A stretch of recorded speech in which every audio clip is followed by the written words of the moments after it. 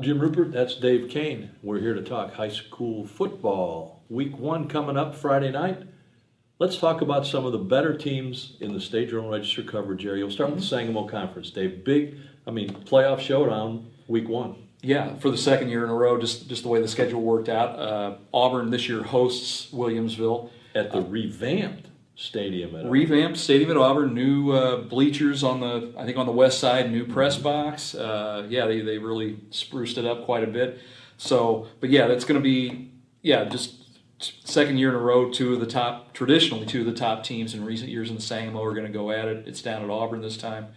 Williamsville coming off a state runner-up finish in Class 3A. Drop off? Well, I guess you could say that in terms of personnel. Yeah, Williamsville, they lost a lot of seniors from last year, plain and simple. But they do every year. That's kind of become the Williamsville way. Well, yeah, but maybe more so this year, especially on the line, both the offensive and defensive line. Vince Vignali, who was just kind of a multi-purpose athletic performer for them last year, is moving in at quarterback. Jace Franklin, who really came on as a sophomore last year, running back, is going to have an even bigger role. Tremendous state championship game. Yeah, he had a great state title game, so I'm sure he wants to pick up where he left off there. But they do have, they're trying to fill some holes on both sides of the line, so that'll be important. Auburn, Auburn, I think was eliminated by Williamsville in the playoffs last year. Auburn, 2 of their 3 losses last year were to Williamsville. Right. As it turns out. This year, Auburn, they returned their quarterback, Drew Chance. Last year, he kind of was just learning that Auburn system. He was kind of a newcomer, but he has a year under his belt. Drew Points, very talented, athletic receiver. The Gahagan kid is also back. Two of their top receivers are back. If Auburn has some, I don't know if you say question mark, but they did lose a lot of defensive standouts. They lost their all-time leading rusher. Right. Yeah. With Noah Meyer. So it's. I think both teams. As it is in week 1, a lot of times both teams kind of have, some question marks, just areas where there's going to be some new faces. It maybe just be a question of, which team gets more of the new kids to step up early. And the team we see in week 1 won't be the team we see in week 7 or 8 either on either side. Yeah, I remember Dave Bates talking about it. Maybe it was last year. They lost to Williamsville in week 1, and he said, by week 8 or week 9, we may not even remember week 1. And they did get another shot at Williamsville, but Williamsville in the playoffs was outstanding. So good rematch. That game can be seen on WBUI CW23, a TV game for high school sports, something new in the area this year. Who else can we look for to be competitive in the Sangamo? Is it a 2-team race? Well, I think Athens. Athens. That's a program now. Well, it's a program. It's in the big scheme of things, it's relatively young, but they've been going, I don't know, maybe 10 years now or something like that. Ryan Knox is a very good coach, has a very solid young staff. They did lose Chris Basso. It was kind of a workhorse fullback for him last year, but they have Nick Hanner back. He was a sophomore quarterback last year. He's back this year. He kind of learned on the job. Multi-purpose athlete. Yeah, I think they're going to try to maybe spread it out a little more. They don't have that prototype fullback this year. They're going to be very solid defensively.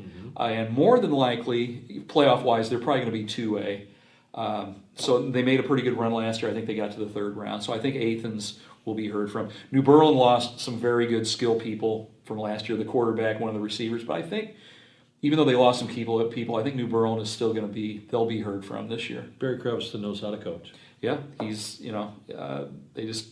they have a couple of very good linemen back. They've just had to move around some skill people, but they have some good receivers back. So the Pretzels will be heard from again, I think. Prairie State Conference, smaller schools, Pawnee Nokomis. That's kind of an early season showdown too. I think maybe week 3 that they play each other. It's early season. Yeah, the way the Prairie State is structured, they all have a couple of non-conference games early, and then they go into their conference schedule. Going into it, I think Pawnee, they won in their return to the Prairie State last year. They won the Prairie State title. Kit Thine's done a very good job down there. He has like 15 or 16 seniors. 3 kind of new running backs who weren't necessarily starters last year, but all 3 of them with good size. Dane Moats is the quarterback. He returns. I think Coach Stein is excited about just the potential for their backfield. They all have pretty good size, like 180, 200 pounds. Good for 1A. Yeah. So I think they have a little depth. So I think that they're probably they were voted number 1 in our preseason coaches poll. Nokomis, they lost some kids to graduation. Depth-wise, in the Prairie State, depth is sometimes a factor. Depth could be a question for Nokomis. They have to stay healthy. They do have a very good running back in Ryan Archibald, so they'll be pretty strong. And the Prairie State's kind of spread out. You also have like Alton Marquette and whatever. There's always some unknown schools, kind of in the Metro East area. But at least from our area, I think Pawnee in particular is looking to have another very solid year. And Marquette is technically a 3A school, so there's... You have 3A, and you even have East Alton Wood River in that conference, which I think might be 4A. Wow. Although they have really struggled the last few years despite their size. So yeah, it's a kind of a diverse conference, you might say. Our coverage area goes down to the South Central. That's kind of been Greenville's. Had a lock on that for a while. Yeah, they've either won or shared South Central titles like 8 years in a row. They had wide open attack, a lot of fun to watch. Yeah. And the older Hutchison, and I'm drawing a blank on his first name, the kind of a record-setting quarterback last year, he's graduated. His younger brother is stepping in. And Dad's the coach. And Dad is the coach. They have a very, very experienced line back. In the trenches, they're going to be very experienced.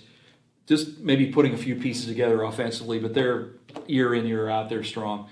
Carlinville lost some key people from last year, including Kenny Miles, record-setting running back. They have a new quarterback this year. Best Easter Day gone. But Carlinville still, they have depth, they have numbers, so they're going to be there again. I think Pana had, for them, had a little bit of a down year last year, went 4-5, but they have a lot of people back, so they're going to be. They should definitely make the playoffs this year. So those are the South Central. Those are 3 teams that immediately, and Roxana, which is a little bit about our area, but Roxana should be very good on the upswing now. And we can't talk about the South Central without mentioning the 80-year-old coach at Gillespie. Oh yeah, Don DeBrino is back at it. He says 2 years at the max, which in some of his past stops he would say, well, one more year. For now, he says maybe 1 or 2 years at the most, but it's just kind of a neat story. He's 80 years old, but he seems much younger than that. And, just being around the kids, it kind of keeps him young. So that's going to be a neat story throughout the season. And let's touch on a couple other schools that are in various conferences around the area. There's a couple others that might be good. Well, technically Taylorville, who is in their second year in the Apollo Conference now, you tend to think of them Central State 8, but they are in the Apollo now. They had a kind of a historic season last year. They shared the Apollo title. I think they made the longest playoff run in school history. Most wins in school history. Right. A little bit of rebuilding this year. They had, Tanner Champley was just a wonderful athletic quarterback that graduated. SDR Athlete of the Year last year. Right. But they're looking at a new quarterback this year, a couple of new running backs. This has been around a while. He's been a backup. He has been around. I mean, he knows the system. Mm-hmm. He knows what's expected. There is, he has some experience there, but he's going to be calling the shots for the first time.